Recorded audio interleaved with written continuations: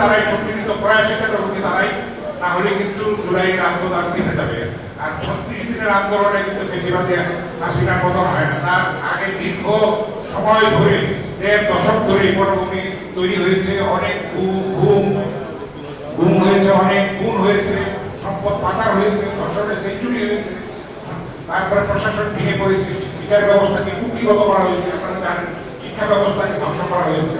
এখন সংস্কারের নামে কালক্ষেপণ না করে দ্রুত সুষ্ঠু সুন্দর নির্বাচন করে আমরা যেন এগিয়ে যেতে পারি প্রগতির পথে, কল্যাণের পথে, এবং আমাদের যে উপদেষ্টা মন্ডলী আছেন তাদের আর সমালোচনা এখন যাব না, তারা যেন সসম্মানে বিদায় নিতে পারেন, সেই জন্য তাদেরও সচেতন থাকতে হবে, দায়িত্বশীলতার পরিচয় দিতে হবে।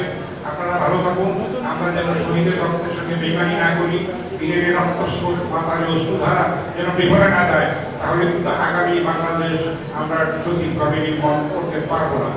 এই ব্যাপারে যেন আমরা সচেতন থাকি, পরমক সহিষ্ণুতার পরিচয় দিই, দেশপ্রেমের পরিচয় দিই, সংযমের পরিচয় দিই, তাহলে আমরা একটা প্রকৃত গণতান্ত্রিক সমাজ প্রতিষ্ঠা করতে পারবো।